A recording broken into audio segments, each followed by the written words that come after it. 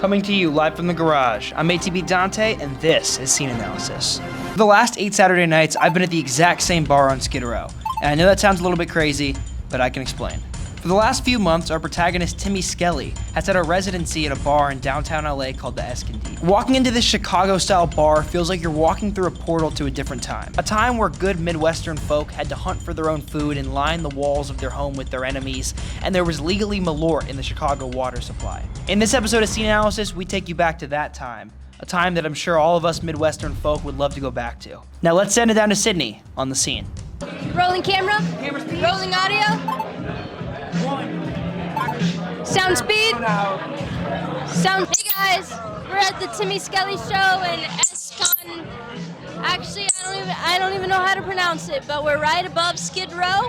Looked on the Skid Row. Looked on the Citizens app, and it's pretty crazy out there. And we're gonna go interview all the people that are crazy out there. Just kidding, we're not. We're actually gonna interview and harass some people around here. And I'm only doing this because I'm a little tipsy. I don't know who that is who's dancing right there, but we're gonna interview him. How many drinks have you had? How many drinks have I had? Yeah. So before I came here, I pre-gamed right? I had a whole bottle of wine. I'm not fucking kidding. I had an entire 750 milliliter bottle of wine. I got it from Trader Joe's today. What kind? Red. And then I also had fucking 7 or 8 beers. And I'm ready to get me some more drinks. I'm gonna get it more fashion. Nolan, generally... Yeah, I drove here, baby. No, I didn't. How fucked up are you guys finna get tonight? Honestly, I gotta drive back home, so I'm probably gonna, I'd say a cool 10 out of 10. Okay. Who do you think would be a better drunk driver? SpongeBob, Patrick, or Mr. Krabs? On a given weekend, how many drinks do you have, Nolan, generally? Just on a guesstimate. So I went to the doctor just very recently, and I had a physical, and he was telling me that the normal amount of drinks to have and the healthy amount of drinks to have in a week was 10 to 15. That's a lot. That's a lot?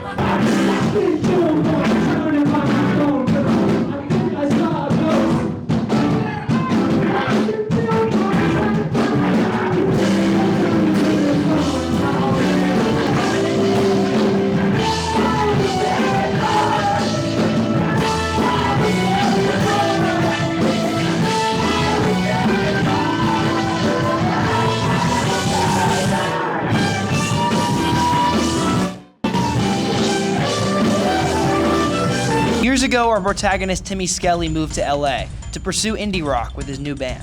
But during the pandemic, that band broke up, and Timmy didn't really know where to turn. A music school graduate himself, Timmy had no plans of stopping music. This was what he knew he was going to do with his life. So for the remainder of the pandemic, Timmy bounced back and forth between LA, Chicago, and his hometown in Illinois. During this time period, Timmy was what the kids call locked in for real.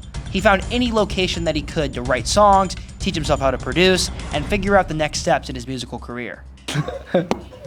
During this period, the Timmy Skelly Artist Project was born. Early songs that Timmy wrote during this period, like Come Through and Scars, were a product of the place that he was in at the time. Alone in his bedroom, writing love songs. Are you gonna break my heart?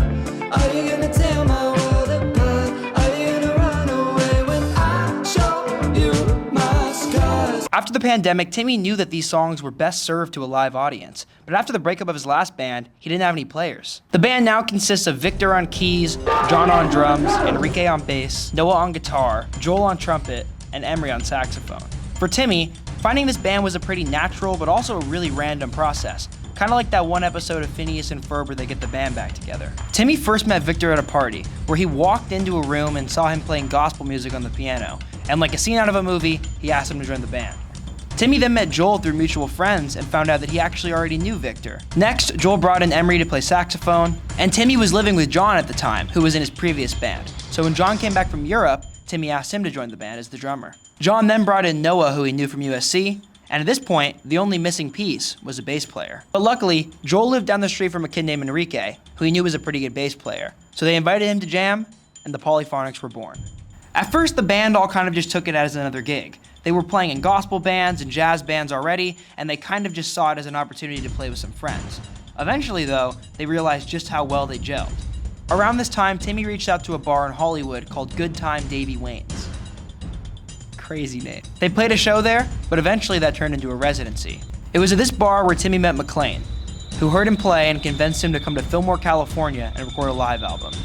And the rest is history. No. The hell's Malore? Wait, I heard of that. Oh shit, they only serve Malore. Alright, hold up. Come on, you can do it. Describe this image.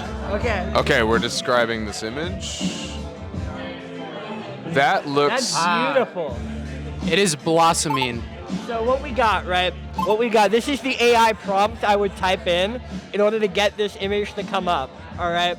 Which is overcooked, saturated meme of two people in a bar, I should say. I can't see the gender of both of them. And we got one man on the left sticking his tongue out. I'm gonna get an old-fashioned. What are your thoughts on the SQD? It's like a slice of home, you know. The Midwest came to me, and I took a shot of Malort, The hell's Malore? courtesy of Timmy Skelly, and now I feel like a real Chicago guy. Take us back to 2016, man. Can you tell me where you were on January 6th? I'm a patriot. I'm a patriot. And that's all I'll say about it. Zoom to American flag. He and I composed for the Chicago guy. Timmy Skelly, he's warming up and he's ready to go. Scene Analysis 2024. We put the anal in scene and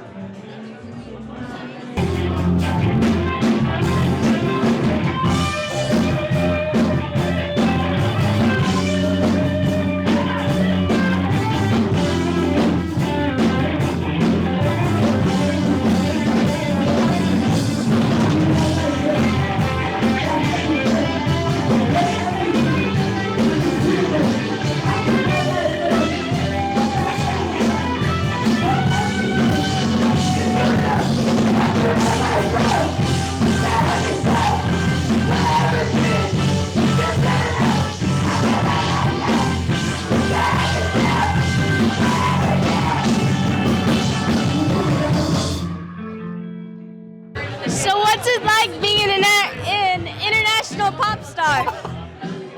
Well, so far we're not international, we're strictly national by California. It feels good, you know? It feels real wet and sweaty. Yeah, you look kind of wet and sweaty. I choose to wear more layers than I need to so that I sweat more. Yeah, I see that you have fucking 3 things on right now in a place that's like 80 degrees. Yeah, it's definitely warm in here. I've been here plenty of times to know that this is unacceptable, and that's why I wear it, you know? How many beers have you had? I'm about 5 beers deep, What kind? all Miller High Life. But honestly, I prefer Coors Banquet. But Miller High Life also rocks, champagne and beers. What's the difference? Coors Banquet is just, it's the banquet of beers, you know? It's not the champagne of beers. Think of a banquet, close your eyes. What do you think? Banquet. You're right. What are you thinking? What are you seeing? I see a banquet. Everyone's in tuxedos. Yes. Everyone, even me. I look down. I'm in a tuxedo. How old were you when you had your first show? I was 16. Damn. How'd it go? It was really bad. I was so nervous that if this was the microphone, it was like this. Yeah, I was really nervous. And my mom is a singer, and she didn't even know that I was going to be performing, because no way. So I was extra nervous because my mom was in the crowd. But she also taught me, after that show, she taught me how to sing like properly. So I like to think of myself as the band mother. How's it like being the band mommy? It's a dream come true. Do you have to tuck them in? What's that? Do you have to tuck them in at bed? Every single night. Every single night. Forehead kisses? They're such sleepy boys, what'd you say? Forehead kisses? Forehead kisses, every single one of them. Every single one of them, they can't sleep if it doesn't happen. Listen, guys, at the end of the day, I'm a realist, I'm a pragmatist. And what I do is I look at any situation, and I look at his face, and I look at his face, and I look at her face, and I look at his face, and I look at his face, and I go, God, I just want to get laid. So anyway, that's Nolan. He drinks about 65 drinks a day. Doctor said he's fine though.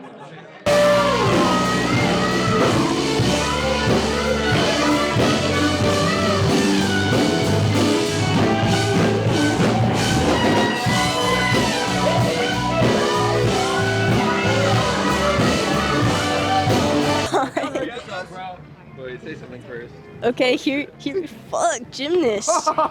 Wait, that was pretty valid. What? What? That was wild. Do one more. What else can you do? What are your talents? What are my talents? I'm a lover.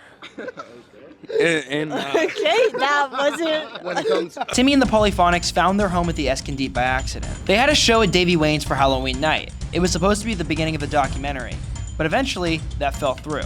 So they ended up rescheduling at Hotel Cafe, and another schedule conflict came up, and they couldn't play there either. They actually almost played that show at my house, but a bunch of other complications came up. When this happened, it almost seemed like the Halloween show was a wash. But as a last-ditch effort, Joel reached out to a random bar on Skid Row called the Escondite. Luckily, the bar obliged, and this was the first time that I saw Timmy Skelly and the Polyphonics. And I've gone back almost every Saturday since. I think if you went to any of the shows the Polyphonics have played at the Escondite over the last couple of months, you would have noticed an overwhelming sense of community. Every single one felt bigger and more crowded, and not just with new faces. I think people were coming back for the same reason that I was. In-person music communities are hard to come by these days. In a time where people are isolating themselves creatively more than ever, it feels like a place to gather on a weekly basis is rare. And nevertheless, the Escondite has grown to feel like a second home to not just me, but everybody else who happened to see Timmy Skelly perform on a random Saturday and couldn't stop going back. It genuinely feels impossible to only watch these guys perform once. A weeknight at the Escondite is pretty calm. The location of the bar makes it incredibly difficult to find new clientele. In a post-COVID world, downtown LA just isn't what it used to be. I won't forget about this run of shows anytime soon, but more importantly, I won't forget about the taste of Malort, or Manny, or the Manimal, or the silly double-sided stage that makes the Escondite what it is. Me personally, I can't wait to see Timmy Skelly and the Polyphonics at the Escondite again. But until then, I'm ATBDante, and this is Scene Analysis.